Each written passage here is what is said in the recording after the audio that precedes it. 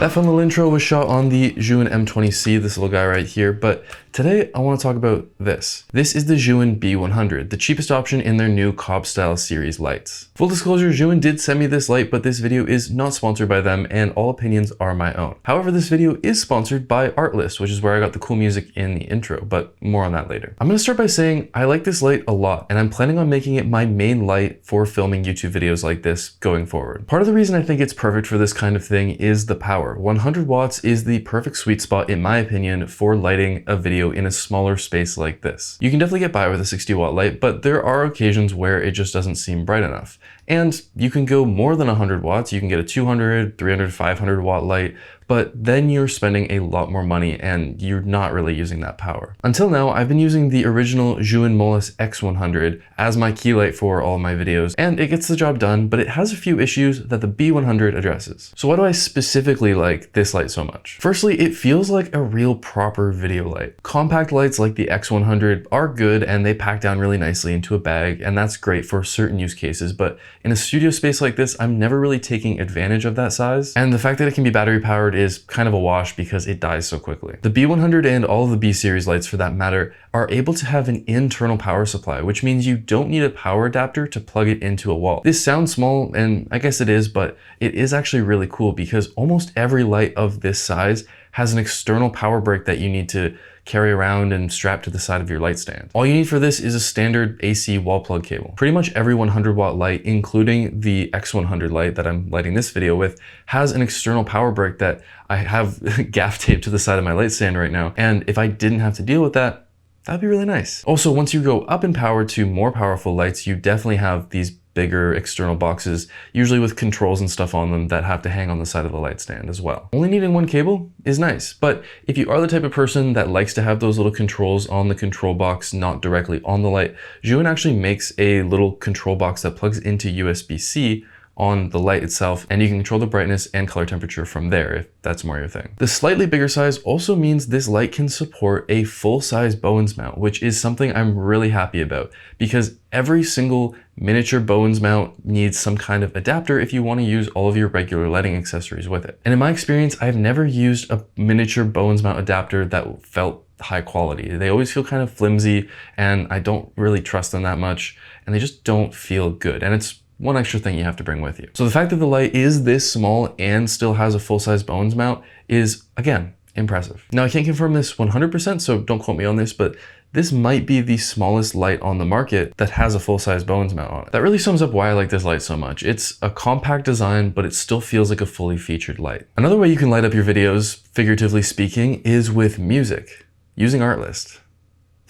At this point, I know you've already heard of Artlist, and it's because it's the best place to find non-copyrighted, royalty-free music for your videos. I've been using Artlist for years before they ever even reached out to me because their music license lets you do more than just post your videos on YouTube. I use Artlist for all my music across YouTube, TikTok, Instagram, but the subscription I have with Artlist also lets me use my music for client projects. Licensing one single song from somewhere else can cost half of what an entire unlimited year's worth of Artlist music could cost. So not only do I have a massive library of songs to choose from for my YouTube videos, but all of my client projects are covered under the same subscription. And it's not just music anymore. Artlist Max gives you access to stock footage, sound effects, and motion graphics. And they make finding the right song for your video super easy because you can search by genre, mood, even the instrument type. If you want to start using Artlist today, check out the link in my description. If you use my link, you get an additional 2 months free when you sign up. So here's what the light looks like when you use it. There's a nice power toggle switch at the bottom, which I much prefer over a single press clicky button. And once the light is on, you can view the color temperature and brightness on the little LCD screen on the back. You control the brightness with the dial on the left, and you control the color temperature with the little dial on the right. These dials are clicky buttons as well, so you can click them to quickly jump through increments. The light can also be controlled through Bluetooth from the ZY Vega app,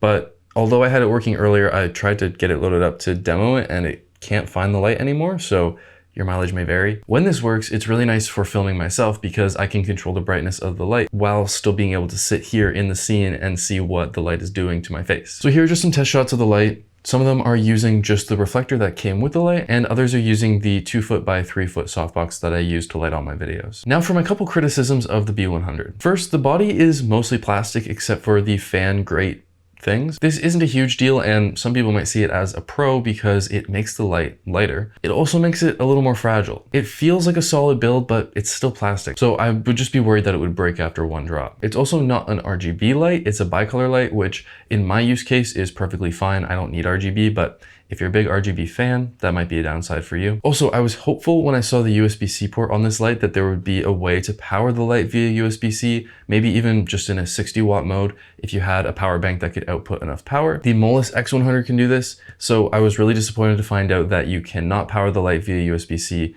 even in a lower power mode if you wanted to. It's not a big deal, I would probably never use it, but it would be nice to know that I could bring this light mobile with me and power it with a power bank that way. But unfortunately, as far as I can tell, the USB port is only there to plug in the controller. But those are my thoughts on the Zhiyun B100. I will be using this light in my studio as my main light for all of these videos going forward until something better comes along. But this light is honestly everything I need for my studio setup like this. If you want to check out this light or any of the other gear I use on a regular basis, I always link all of it in the description of each video. They are Amazon affiliate links, so it's a great way to support the channel at no additional cost to you if you were going to buy one of these things anyways. And again, if you want to check out Artlist, the first link in the description, click that. If you sign up through my link, you get 2 additional free months if you subscribe for a year. And if you like this video, consider hitting the like button, subscribe if you want to see more stuff like this, and I will see you in the next one.